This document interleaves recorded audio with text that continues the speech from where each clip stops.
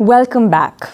The previous video took you through the NAP cycle guidelines developed by the LDC expert group. Now, we will zoom into the specific guidelines for integrating agriculture, forestry and fisheries in adaptation planning.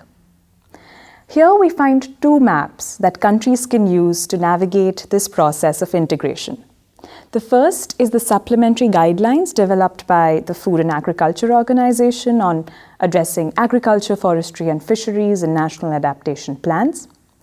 This is also known as the NAP-Ag guidelines.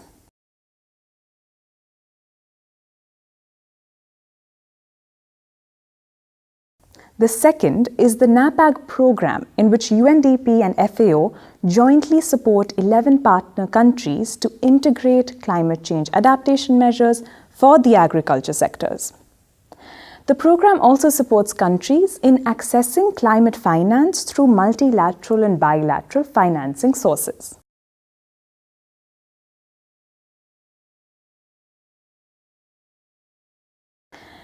Now, the NAP-Ag guidelines aim to support countries to reduce vulnerability of the agriculture sectors, address agriculture in the formulation and implementation of NAPs, and bring adaptation into agriculture development policies. The NAP-Ag guidelines follow the same four elements that structure the UNFCCC NAP technical guidelines. Within each element, it highlights the various steps related to the agricultural sectors. You have come a long way this week with us, so hold on a few more minutes. You don't want to miss what we have for you. Now you're going to learn about the NAP-Ag program directly from the source, the NAP-Ag leads. We have once again with us Rohini Kohli from UNDP, and also joining is Julia Wolf from FAO. The UNDP and FAO has joined up in a partnership on this program, which is called Integrating Agriculture into National Adaptation Plans. It's a unique program because it concentrates on developing partnerships and collaboration between the Ministries of Agriculture and Ministries of Environment to work together to try and come up with a medium-term response to adaptation and to integrate climate risk into their planning and budgeting processes. So we put together a program that supports directly 11 countries in Latin America, Africa and Asia. The program supports 4 areas of work. One is capacity building. One is supporting countries on design and implementation of the national adaptation plans, like the roadmaps. The third area is building evidence around adaptation options. And the fourth area is knowledge exchange, in particular with the focus of South-South peer exchange of countries that work on similar issues. Thank you, Julia and Rohini. So, that was really informative and insightful. I hope that this gave you a closer view of what integrating agriculture in national adaptation planning entails. Let's give you a concrete example of how a country is integrating agriculture into its national adaptation planning. Let's look at the experience of Uruguay.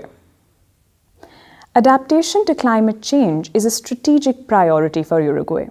It has a program of general measures for mitigation and adaptation since 2004 and a comprehensive national climate change policy as of 2017. Adaptation of agriculture is particularly important here as food production is a core activity of the domestic economy. In 2015, Uruguay launched the process for integrating agriculture sectors in its NAP. It aimed to structure, define and coordinate existing and new adaptation efforts. It now aims to finalize a consolidated agriculture NAP by the end of 2018. A key component of the agriculture NAP process has been stakeholder consultation.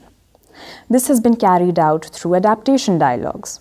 In essence, the dialogues are a series of participatory discussions for producers, companies, civil society and academia and government representatives to meet and build a common vision for the agriculture NAP.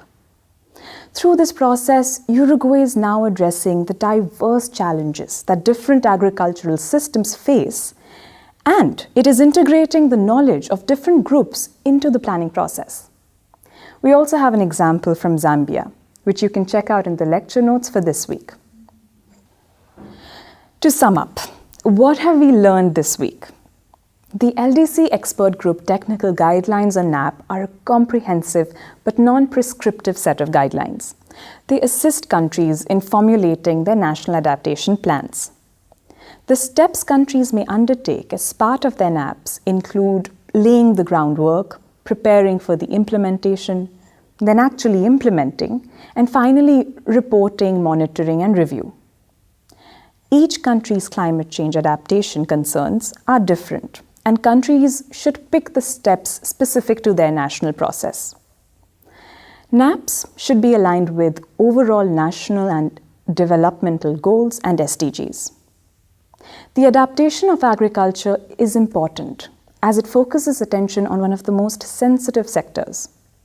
The NAP-Ag program supports countries to integrate climate change for agriculture into NAP, especially through long-term capacity building and knowledge sharing. We hope that these first 2 weeks have given you a good base to understand national adaptation planning and how the concerns of the agriculture sector can be addressed. We have so much more waiting for you in the coming weeks. Don't forget to look at the lecture notes and test yourself with the practice exercises. See you next week.